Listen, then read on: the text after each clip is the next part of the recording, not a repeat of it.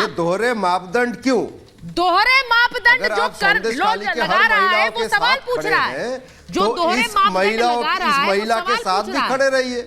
अनिर्बान जी, जिन महिलाओं की तस्वीरें आप स्क्रीन पर देख रहे हैं ना जब मैं आपसे बात कर रही हूँ, वो सवाल पूछे, वो उसका काम है, उसको लेकर मुझे कुछ कहना नहीं है। सोनू तो सुन लीजिए, अपनी दुख की गाथा चीख चीख कर बता रही हैं, लेकिन अभी भी चेहरा छुपा कर बता रही हैं, क्योंकि उन्हें नहीं पता कब उन पर कोई हमला कर दे। बताए, जरूर बताए। वो नहीं है आपके लिए मैटर करती। जो महिला इस केस में, इस एफआईआर में कॉम्प्लेनेंट है, वो भी तो बता रही है, वो भी तो अपनी दुख की बात बता रही है। आप उनको क्यों विश्वास नहीं कर रहे हैं, ये मुझे बता दीजिए। उन पर विश्वास क्यों नहीं कर रहे हैं? क्योंकि जिन परिस्थितियों में संतू को पकड़ा गया वो सबके सामने है, और उसके बाद जिस कंप्लेनेंट के आप बात कर रहे हैं ना, वो मैंने जब आपने एक की बात की, मैंने तो हजारों की बात कर दी। उन पर बोलिए ना, दोहरा मापदंड होगा तो तय कौन करेगा? तो आप मीडिया ट्रायल के तहत सब तय कर दीजिए। सम्मान के साथ आप मीडिया ट्रायल करिए, बोलना चाहती हूँ। मुझे आपको जिसे ठीक लगे आप ठीक बताइए, आपको जिसे गलत लगे आप गलत बताइए। लेकिन मैं एक स्टैंड बोला कि जो संदेश खाली की महिलाएं बोल रही हैं कि उनके साथ रेप हुआ है, वो झूठ बोल रही है, वो बाहर की है, ममता बनर्जी ने भी बोला है। मुझे दुख होता है जब आप लोग नेशनल टेलीविजन पर आकर के एक महिला जिसके साथ गलत होता है, दुराचार होता है, वो मुंह खोलती है तो वो बदचलन हो जाती है। जब तक वो चुप रहती है तब तक वो सदाचारी रहती है। गलत बात है। मां दुर्गा की पूजा जिस पावन भूमि में होती है, उसको आज आप लोगों ने बलात्कार, दुराचार, भ्रष्टाचार, कटमनी और पॉलिटिकल रेप तो कहता है कि रायवाची बना दिया है। आप मुझे ये बताइए कि सीपीएम के समय पर ईशा लश्कर नामक एक व्यक्ति होता था जो ऐसी हरकतें करता था, और आज उसकी जगह शेख शाहजहां ने ले लिए। ममता बनर्जी ने क्या किया इतने सालों तक? ईशा लश्कर पैदा कर दिया शाहजहां शेख के नाम पर। क्यों गिरफ्तार वो नहीं हो रहा है?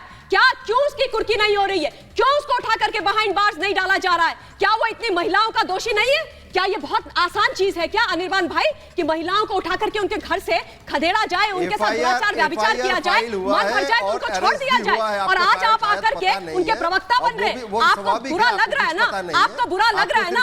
हम सबको एक नारी ने 9 महीने अपनी कोख में रख के इस धरती पे लाया है, ये दिन दिखाने के लिए तो नहीं लाया अनिर्बान भाई। शर्म कीजिए आप लोग, शर्म कीजिए। मैं सिर्फ एक नारी होने के नाते बोल रही हूँ, और जो पत्रकार आप लोगों ने पकड़ा है ना, उसकी भी माँ आपको बहुत बददुआएं दे रही होगी, याद रखिएगा आप लोग। ये जो एक नैरेटिव चलाने की जो एक प्रतिस्पर्धा से हो रही है, मैं आपसे सिर्फ ये कहूंगी कि अगर एक महिला की बात कर रहे हैं तो उन हजारों महिलाओं की बात पहले करिए जिनकी आवाज को आप सुन नहीं रहे हैं, जिनकी आप बीती को आप देख नहीं रहे हैं अनिर्बान जी।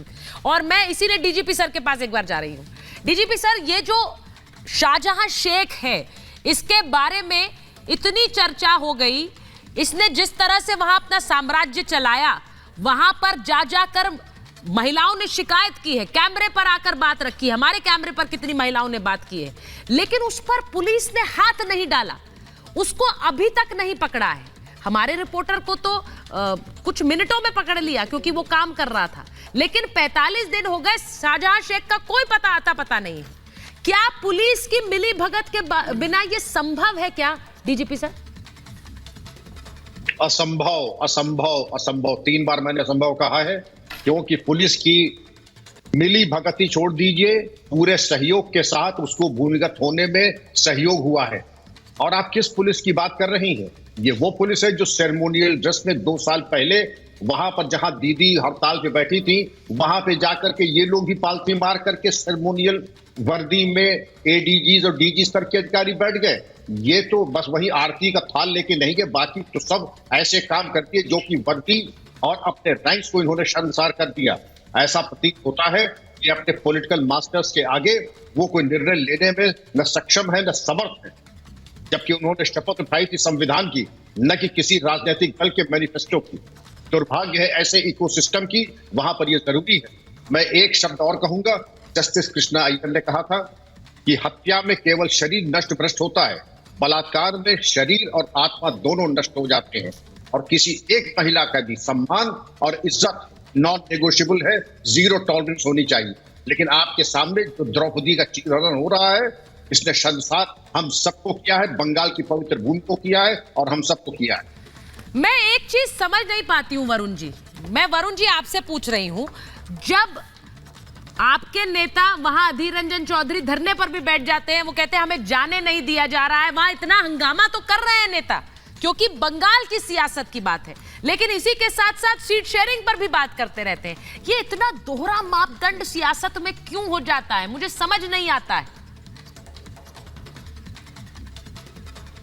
सुचारिता जी, मैंने बात करी राजनीतिक व्यवस्था की चरमराने का। पिछले 10 साल में आपने देखा होगा, चिन्मयानंद के बलात्कार के केस वापस लिए हों, चाहे उज्जैन की घटना हो, चाहे अभी बंगाल की घटना हो, ये राजनेता जो इतने निर्लज हो गए पूरे देश के अंदर, कोई की भी सरकार हो, कोई भी कांड होता है उसको छुपाने में लग जाते हैं, मीडिया को पकड़ने में लग जाते हैं। तो ये कोई बीजेपी कांग्रेस की बात नहीं, सारे नेता के जितने निर्लजता इनमें आ गई। मैंने कहा इनकी ड्यूटी है विधानसभाओं की, लोकसभा की, पार्लियामेंट भंग नहीं हुई, आप बुलाइए कल संसद का आवश्यक सदन बुलाइए, इमरजेंसी मीटिंग करिए, उसमें प्रस्ताव पास करिए, चर्चा करके शाम तक बर्खास्त कर दो सरकार। क्यों प्रोविजन किया गया राष्ट्रपति शासन का? हमारे पूर्वज आज अपमानित हो रहे हैं इन नेताओं से, इनकी निर्लजता से। मणिपुर का टाइम क्यों क्या नहीं है मतलब आपने?